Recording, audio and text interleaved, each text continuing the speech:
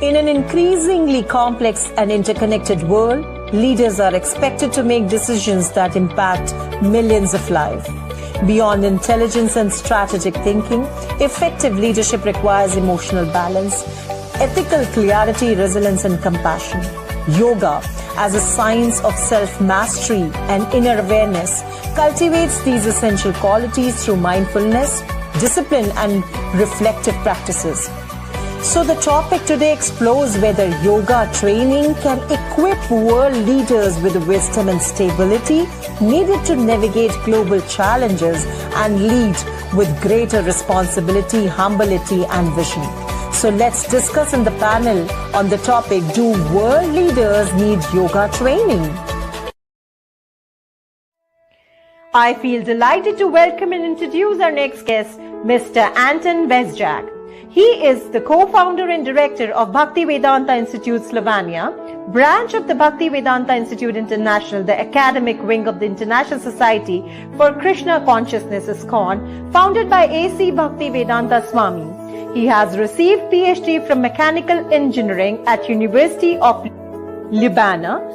In 2003, at the end of his graduate study, he came in contact with the Vedic knowledge presented in Bhagavad Gita and Bhagavad Purana. His interest in the Vedic sciences for consciousness, yoga, and metaphysics increased, and he shifted his research focus and dedication to the Vedic wisdom and practice, especially the tradition of Bhakti Yoga. His main focus and interest is in value-based education, research, and application of spiritual technologies, holistic personal growth and well-being models, building sustainable communities and leadership for higher consciousness. As member of Latin America chapter of ISACA, participated in the training and implementation of the COVID standards and the BSI standards for security and risk reductions in computer architecture as member of Global Association of Risk Professionals. So ladies and gentlemen, please welcome Mr. Anton Vezjak. I'm privileged to introduce and welcome Shri Durgadas Savant. He is MSc in Physiology from Goa Medical College, Diploma in Yoga, Yoga Therapy, Naturopathy from Yoga Vidyaniketan Mumbai and Institute of Alternative Medicine Mumbai, MA in Yoga Shastra from Kavi Kulguru Kalidas Sanskrit University, teaching yoga for 35 years and took yoga sessions in various corporate bodies. He is presently organizing a Vashi and Global Online Diploma in Yogic. He is a member National Consultative Committee, Skill Ministry Government of India. He has written book on natural diet named Nisargahar and published in 4 languages, Marathi, English, Hindi, Gujarati. He got Vocational Excellence Award in 2008 from Rotary International, Nirul. Yoga Jeevan Gaurav Puraskar in 2017 of Yoga Vidyaniketan Mumbai and many other awards. So ladies and gentlemen, please put your hands together to welcome Shri Durgadas Savant. Our next guest is Ms. Sheena Patel, born into an Indian culture in Lusaka, Zambia.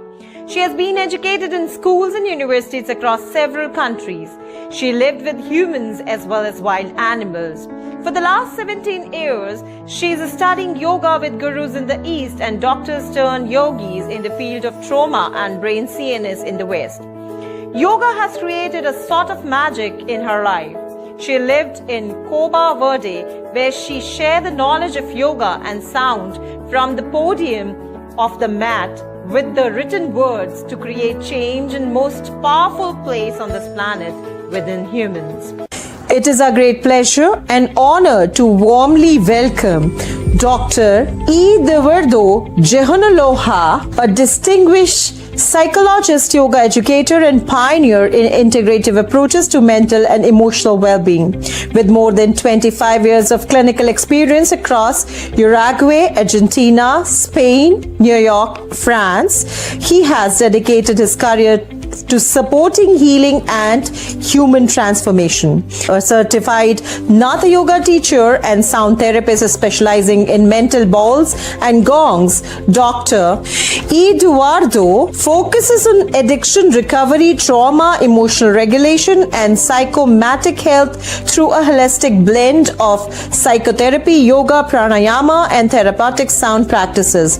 He embodies compassion, intellectual depth, wisdom, and unwavering commitment to foster healing and human flourishing worldwide. So, ladies and gentlemen, please welcome Dr. Eduardo Gianola.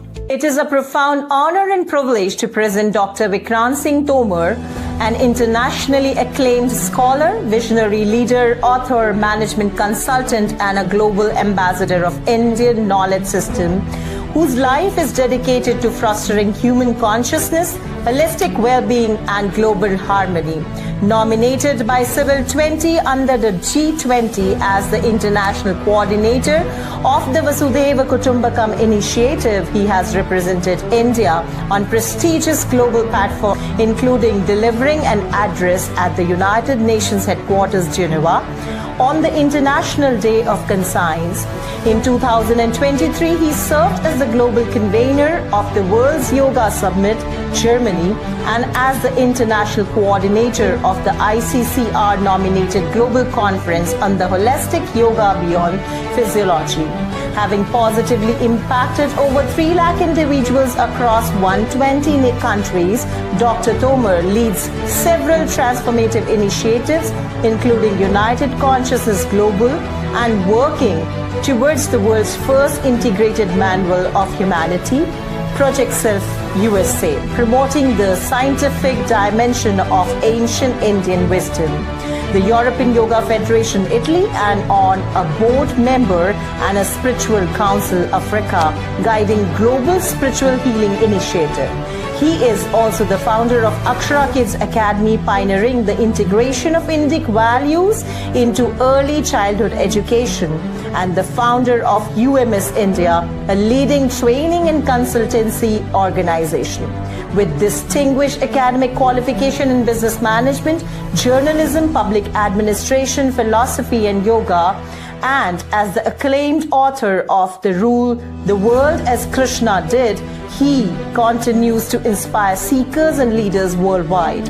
In recognition of his outstanding global contribution to the Indian knowledge and governance system, Shri Jyotiraditya Scindia, Honorable Union Minister of Communication, conferred upon him the prestigious Honorary Doctor of Philosophy honoris causa, graciously awarded by Madhyanchal Professional University, Bhopal. Dr. Tomar's visionary intellect, unwavering commitment to humanity, and extraordinary ability to unite ancient wisdom with contemporary leadership makes him a truly inspiring global luminary and a beacon of conscious transformation.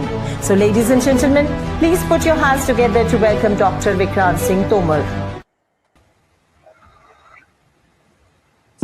Perfect. I welcome all of our guests from different parts of the world. Namaste, Durgadas ji. Namaste, Sheena ji. Namaste. Namaste, Anton ji. And namaste, Dr. Eduardo.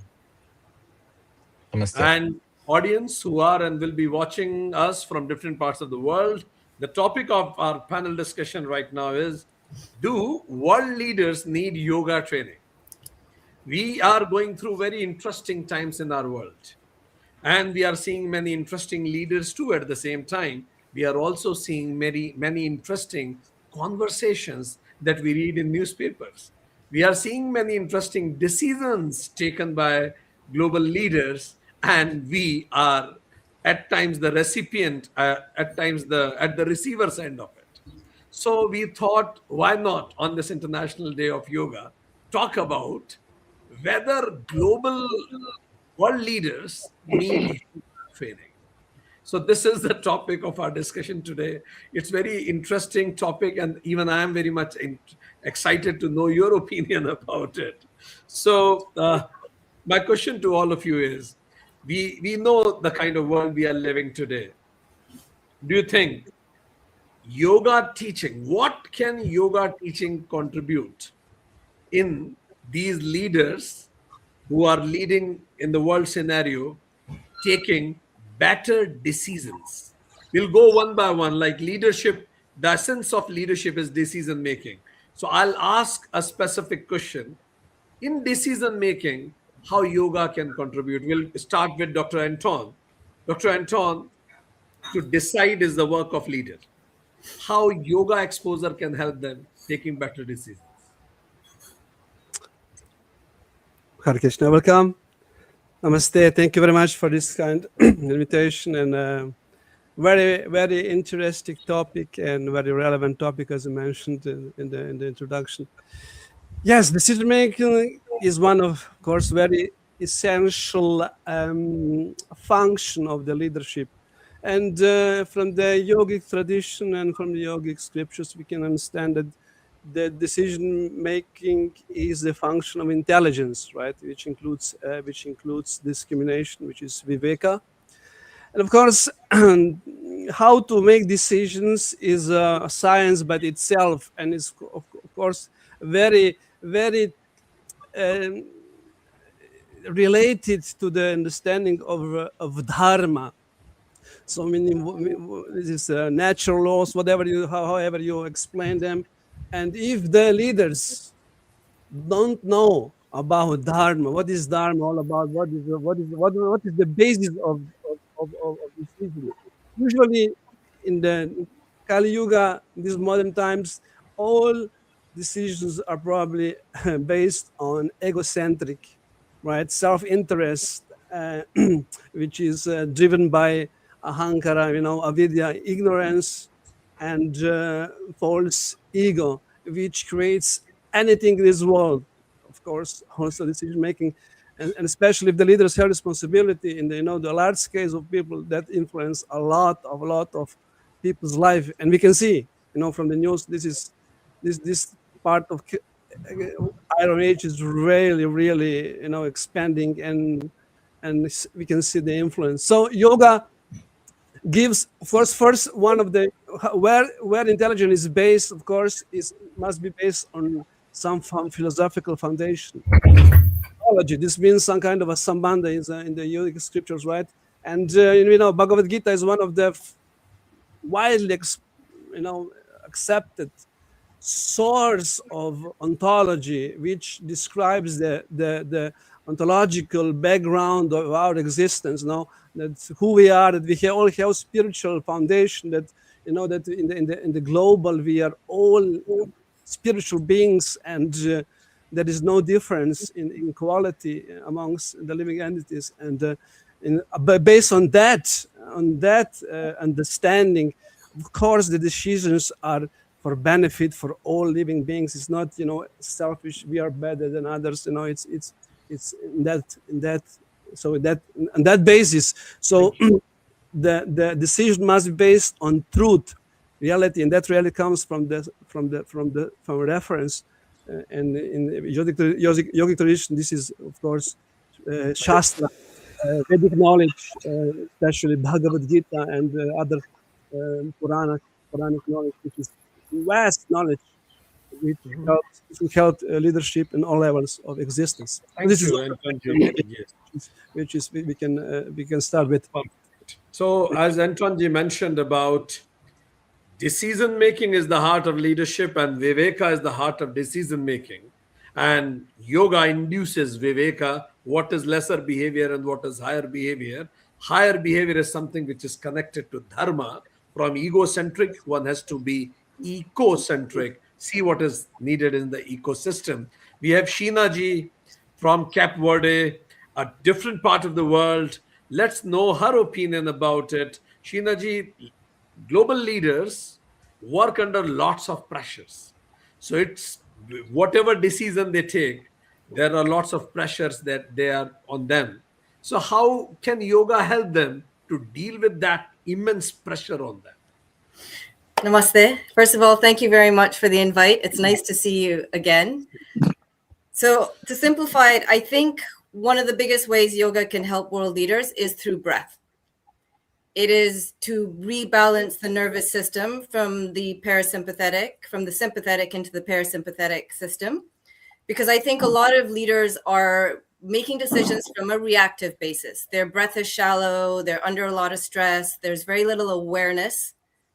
So with breath, we bring the system back into balance. They can move more into responding to what is happening around them as opposed to reacting, to balance their system, because I also think that pressure, when it creates an increase in the sympathetic nervous system, is your masculine energy. A lot of leaders are leading from the masculine. There needs to be a rise in the feminine energy as well. The parasympathetic, the connection to the planet Earth, the connection to the feminine, to the creative. So I think one of the easiest ways, if you were to start working with leaders who have no knowledge of yoga, would be start with breath. Coming into the breath, coming into calmness, coming into balance as a raising awareness, because I think very few leaders are aware of their own conditioning. So why are they making the decisions they're making? That it is not a truth, it is a perspective. So I will give others a chance because I could talk about this for hours. Thank you. So Shinaji mentioned that start with the basics, the breath. You be more peaceful, non-reactive, and the decisions will be coming out of a peaceful mind.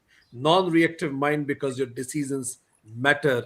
They influence millions and billions of people across the planet. So it has to come from a peaceful mind. We have Dr. Eduardo. Dr. Eduardo, how do you see global leaders working under lots of pressures? Every decision matters, and you need to take decision day and night. How can yoga contribute in that lifestyle? Well, thank you, Dr. Tomar, and thank you, United Councils, for this invitation. If it's not a part of the joke and the smiling that we have, uh, remembering the leaders right now that there are around the world with that such power, it's really a serious issue right now. So perhaps the most important issue is not whether the world leaders need yoga training. I think is more what inner quality does a world leader need in order to exercise power responsibility. Let me give you the answer as a psychologist and a student of the traditional hatha yoga with a Nata lineage. So I believe that many of the today leaders' challenge are not simply political or economic.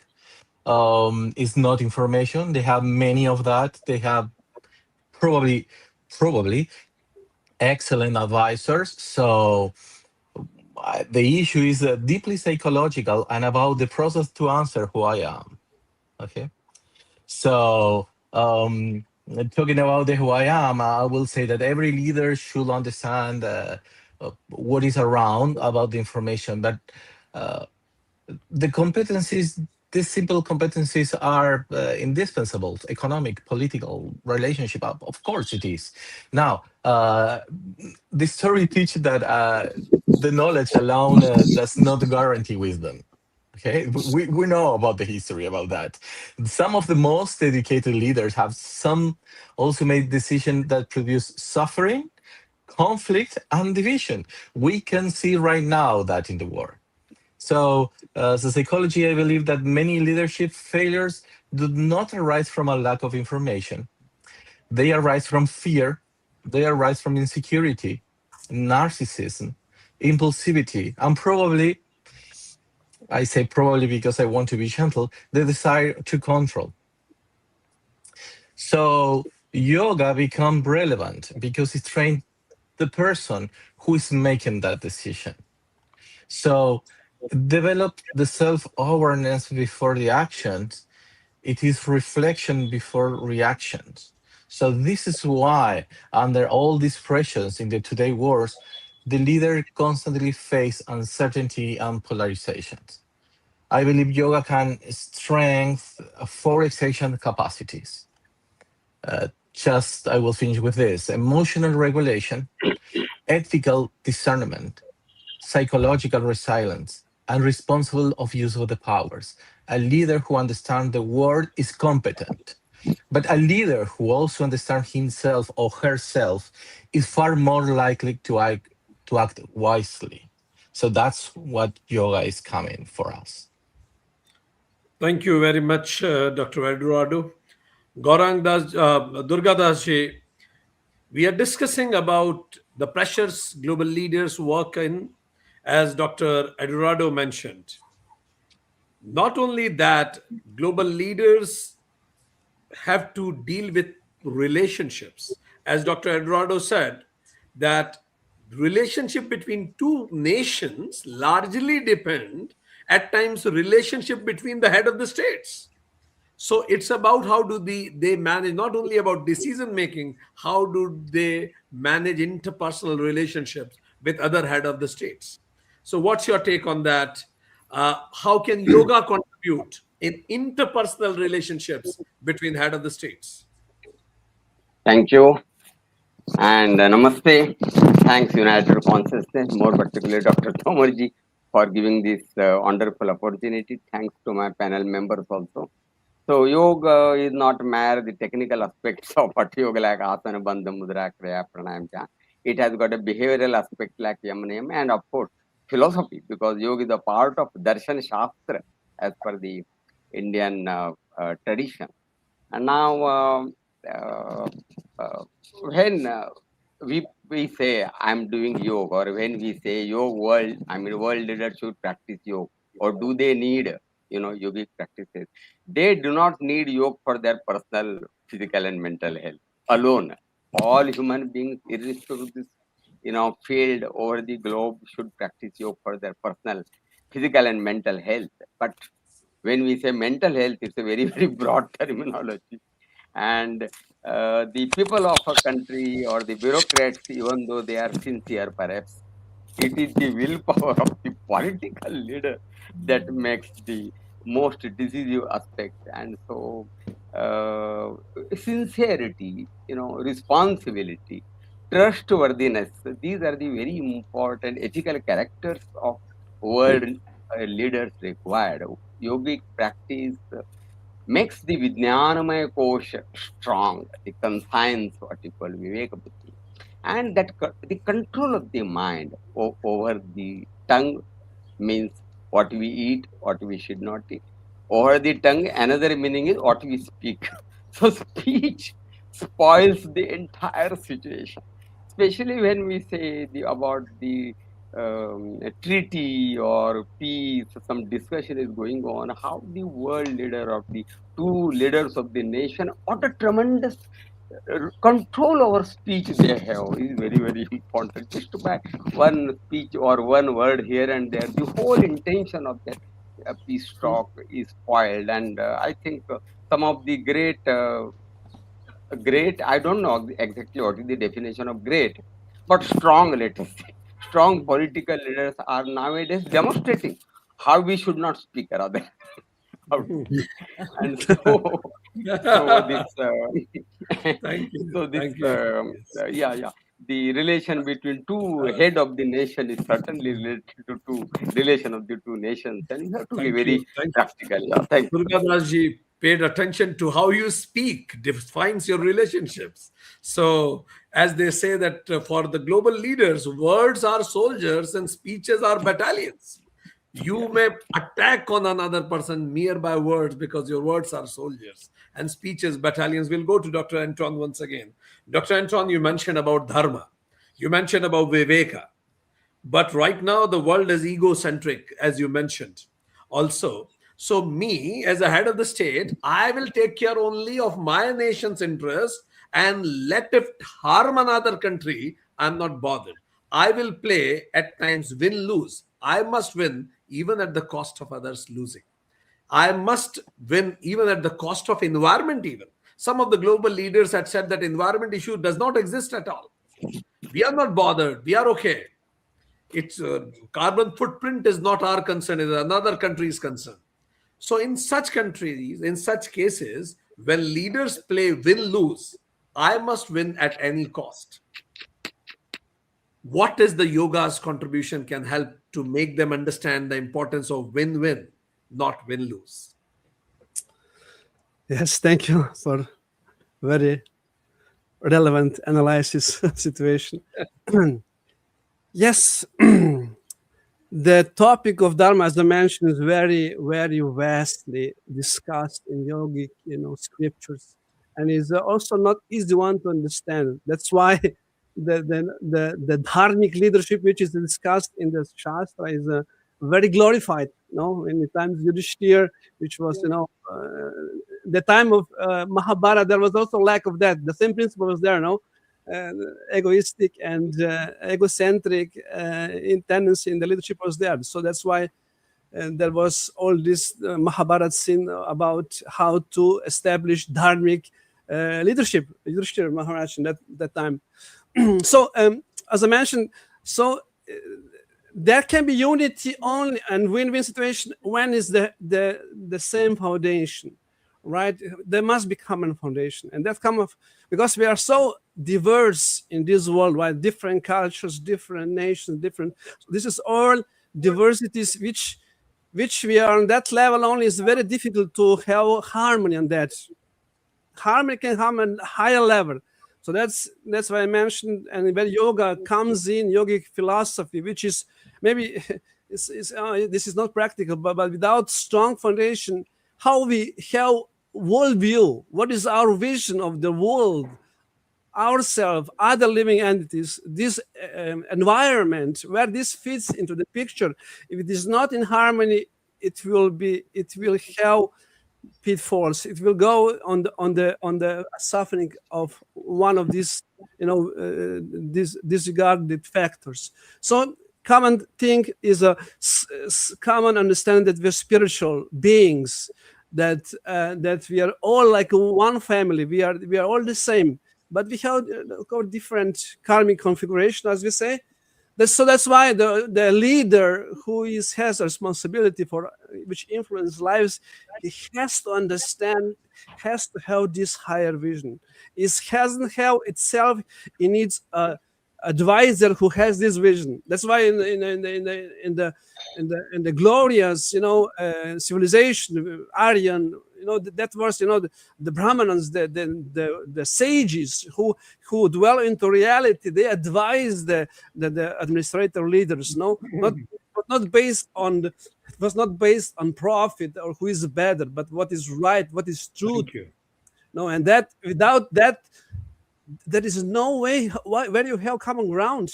Thank you, Dr. Anton. Yes. So Dr. Anton gave importance to that. If you play always win lose, it leads to Mahabharata, and it's a diverse world but yet connected. Yoga teaches unity, and leaders have to have a right vision for the world. If your vision of the world is distorted, then certainly when you are in power, you'll distort the whole world. You need right advisors. We'll go back to Dr. Eduardo. Dr. Eduardo, you mentioned about fear, insecurity, narcissism. Okay, fine. I'm a narcissist person because whatever I did, I won in it. Now I became a leader, a world leader. How can yoga reduce my narcissism? I feel my way or highway. That's very interesting. That was a long answer probably, but I will try to be so but short. Very quickly, yes. Absolutely. I will say that pressure does not create character. Okay, this is a truth. This is a reality. What pressure reveals is the quality of the mind that the person is making that decision. Okay, so yoga is coming for that, to help that, to realize what is in your mind, to know who you are. Okay, this is very important. So a leader may have outstanding advice, as I said, but the final decision is his or her decision. As in his mind, there are the critics, and the critics are, this noise, and they will affect it to make the decision. Probably the decision will be a disaster. It will be a disaster. Of sure it will be. So from a psychological perspective, I will say that a brief pause always allows the reflections and replace this impulsivity. In the moment of crisis, intelligence is important, but discernment is more important. I will say that the quality of the decision depends not only on the information available, but also the state of the mind of the person who is making it. And yoga and mindfulness and another tool that we have, and we talk in this beautiful congress, is there for us to help the world leaders. Perfect. Thank you very much. Sheena ji, you stay at a far island, which is away from the world politics. Yes, But thank at you. the same time, good for you, good for you. But your island may ignore global politics, but global politics will not ignore your island. No. So the impact will certainly come on you at the end of the day. You mentioned the breath, which will increase parasympathetic nervous system, being non-reactive and respond.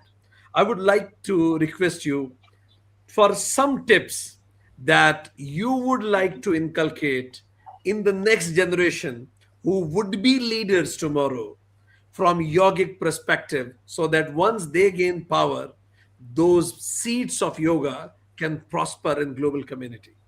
Yes, thank you. So the reason I see it a little differently.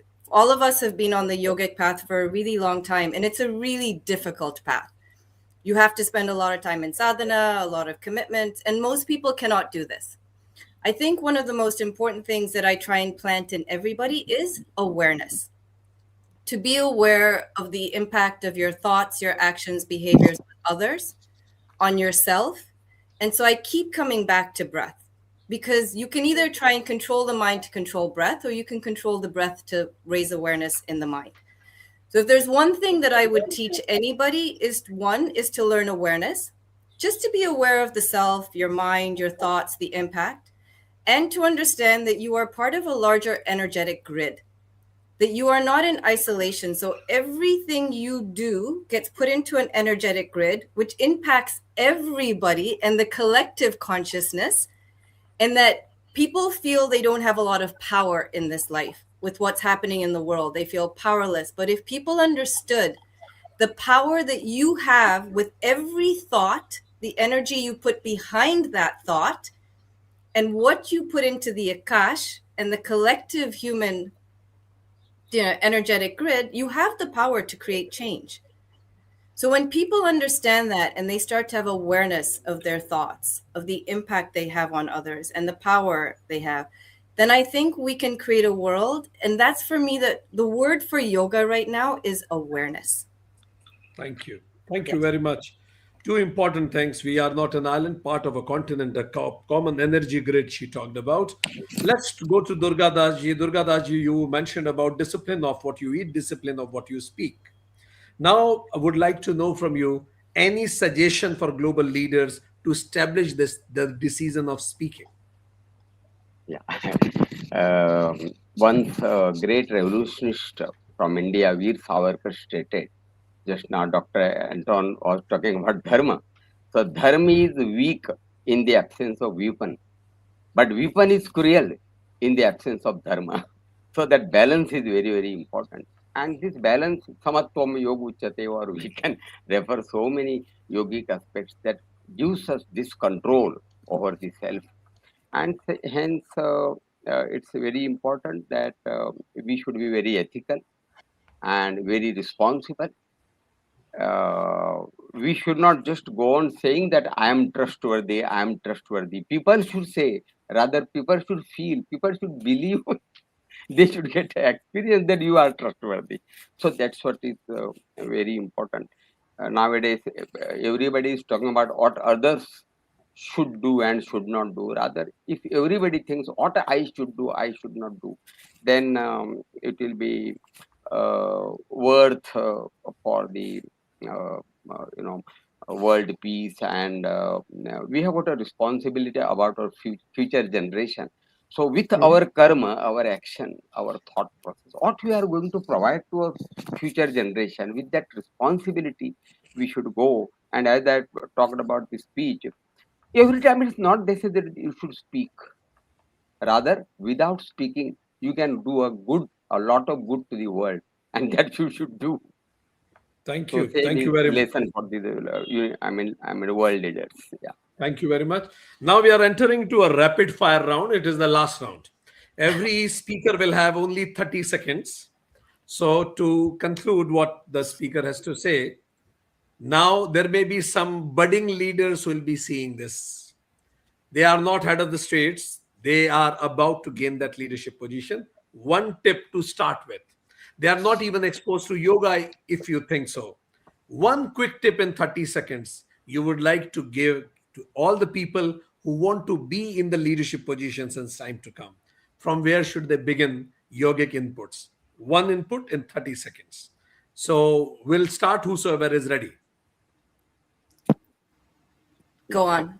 Perfect. Durgadas ji, go ahead. Yeah. So yoga is a holistic approach, and so all the technical aspects, or, as well as what philosophy of yogis and what the yamaniyam they should start studying. It is not doing yoga, but living yoga is important. Thank you. Thank you. Thank you for explaining it without elaborating it. Yama and niyamas they should start with. Perfect. Now who will go next?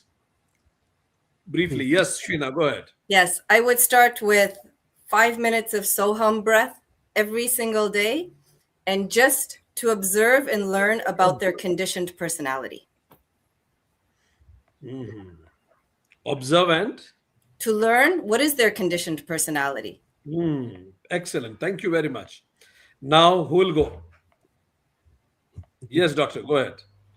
I can go. Well, without hesitation, I will choose to teach the self-observation. Okay, because before attempting to change the world, I will learn to observe my own mind. Many international conflicts appear political, but really it's in our mind the conflict that we put inside. So I will say to the world leader or whatever person, to my patient, or when I'm working in an enterprise, I'm saying, observe your mind. Why your mind is reacting like this? Thank you. Okay, so this is perfect. Thank you very much, Dr. Anton. So I will also conclude with Dharma as I start with.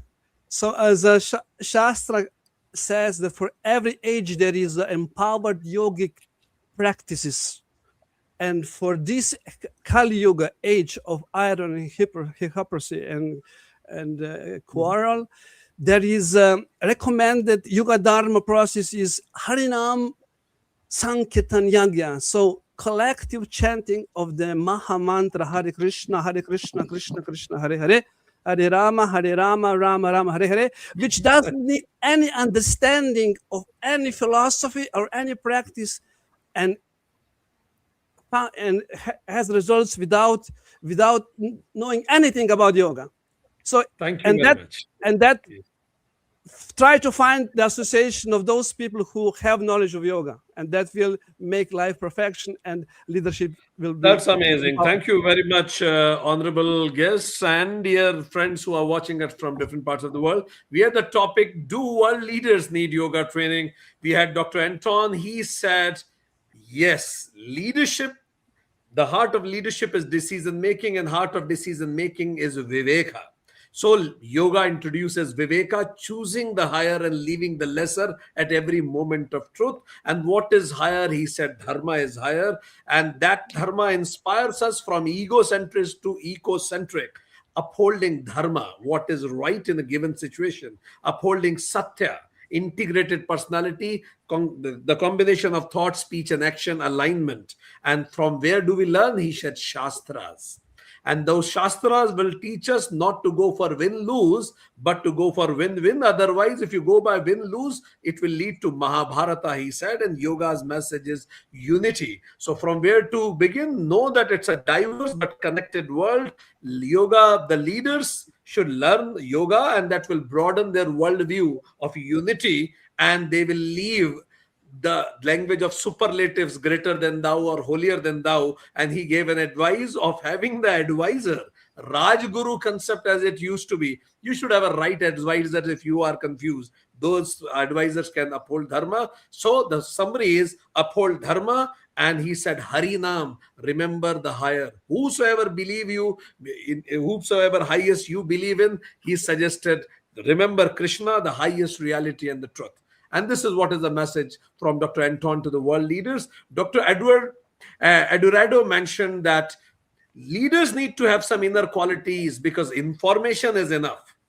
There is excellent advisory they have. They know history. And we know history, that one thing we learn from history is we learn nothing from history. Same mistakes repeated again and again.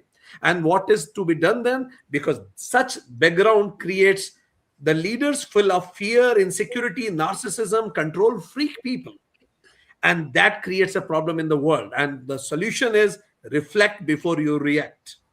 Emotional regulation, ethical regulation, being responsible. And from where to begin, he said that person when gets power, his quality of mind gets revealed. Nothing new happens when the pressure comes. His mind gets revealed, and he said, take a pause. He also said CBT, cognitive behavioral therapy, also he suggested for the world leaders, but discernment is must. He said your state of mind will decide your state of quality of decision making, and your quality of decision making will determine the quality of the world tomorrow. To start with, go for self-observation, not self-obsession. And second, he said that mental conflict is reflected outside. That's why I start with self-observation.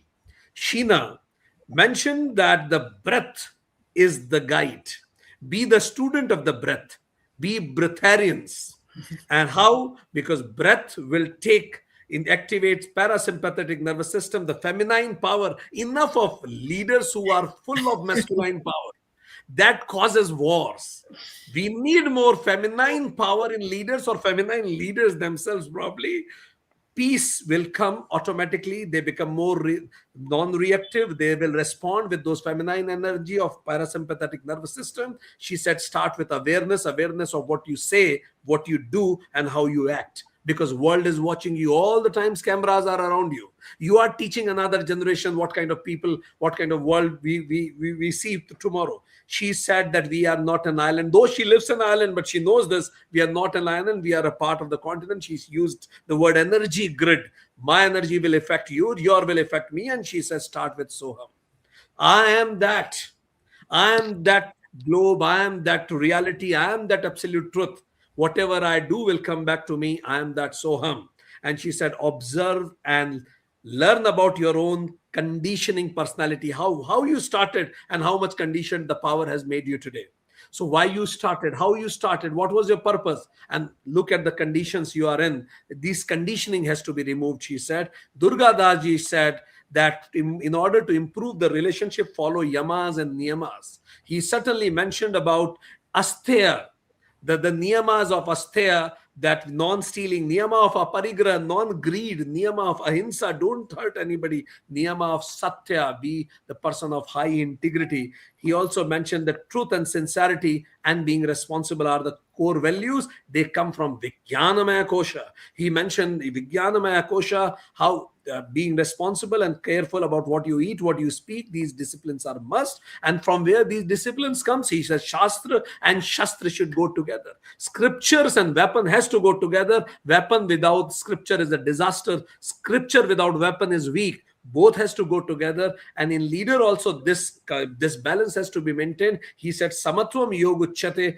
practice self-control. Leaders has to command trust. Don't demand it. Command respect, don't demand respect. Be a contributor to the world rather than consumer. Think about the future generations you are going to lead your legacy as.